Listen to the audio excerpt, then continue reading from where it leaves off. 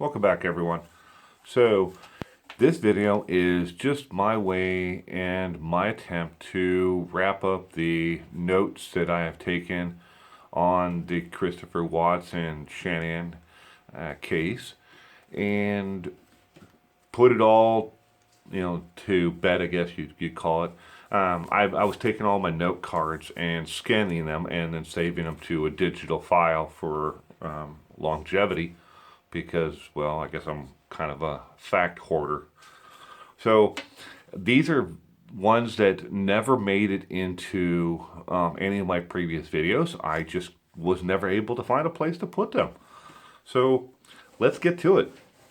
Okay, the home that Shanann purchased at 1000 Peninsula Drive in Belmont, North Carolina.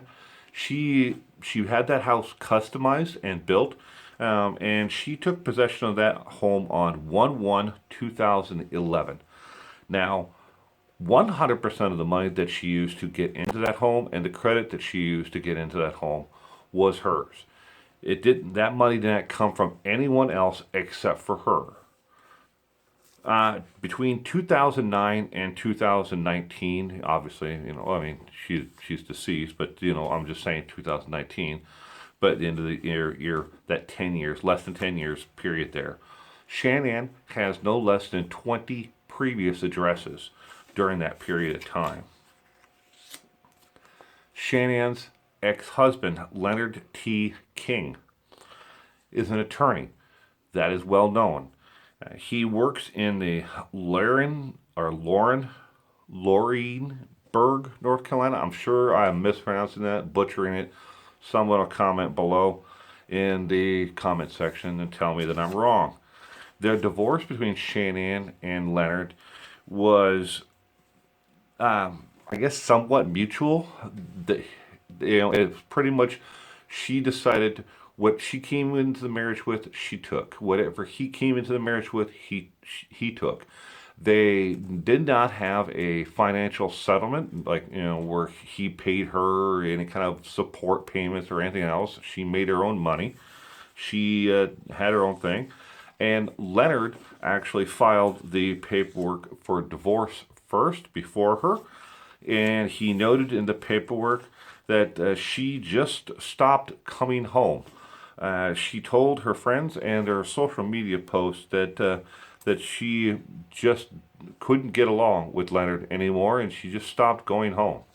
And I guess that happens in a relationship. There is a next one. There is a video that's early on in her social media experience. When this is later on when she moves to Colorado and is working for Lavelle, but there's a social media post about making a $500,000 deposit, a donation to breast cancer research. Now, you can go back and watch her videos all you want, but try to do that video, watch that video again and try to do it with an open mind. She never really says that the $500,000 is coming from the company to them, but she makes it sound like it's coming from her in that video, but that it was actually from Lavelle. I wanted to clarify that. So now we're moving out to Colorado. The deed and the actual purchase of the home in Fredrick was only purchased in Christopher Lee Watts' name. J.P. Morgan Chase, the bank that they had the actual mortgage through, would not allow Shanann to be on the mortgage. They said it was because her credit was poor.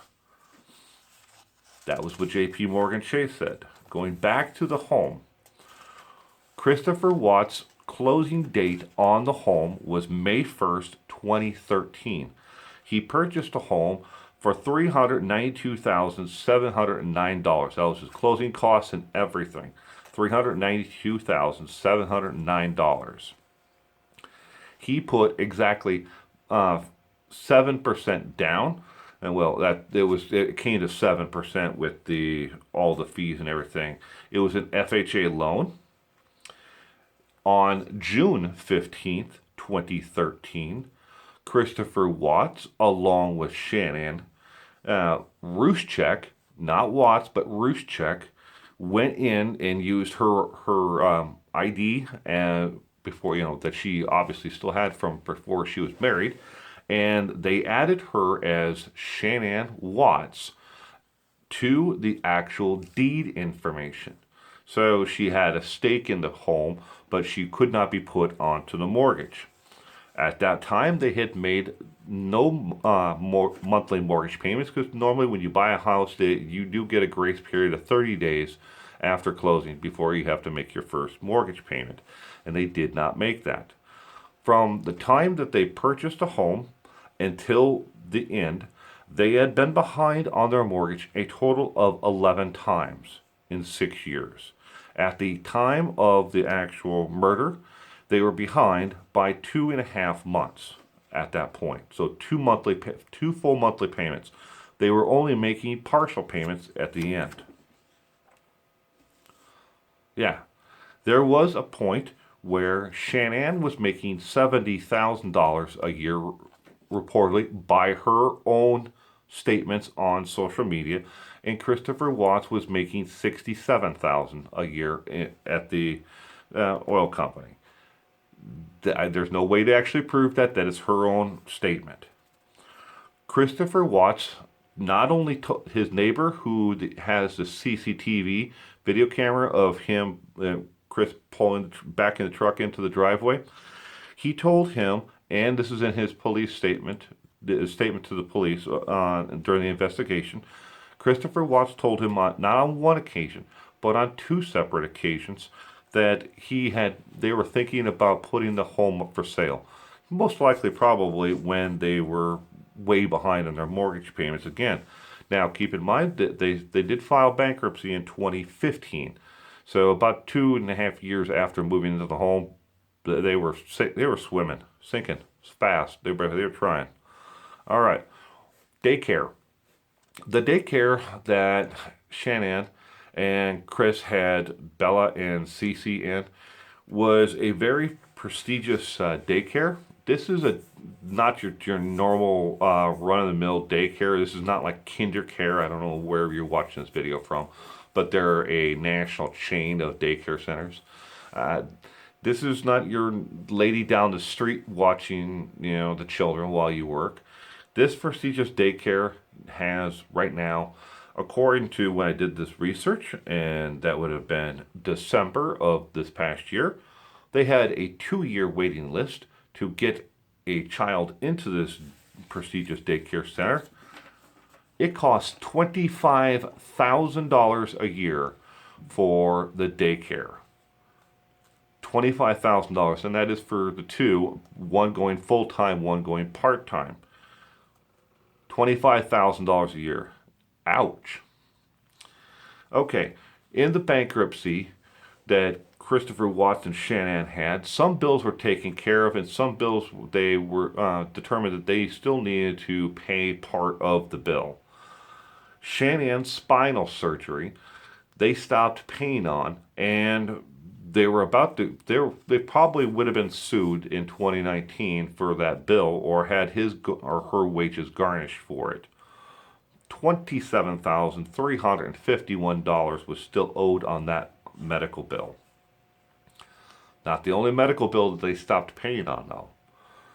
When it came to the fertility treatment for both girls, $17,942 was still owed on that bill, and they stopped paying on that. And again, it was not taken care of by the bankruptcy.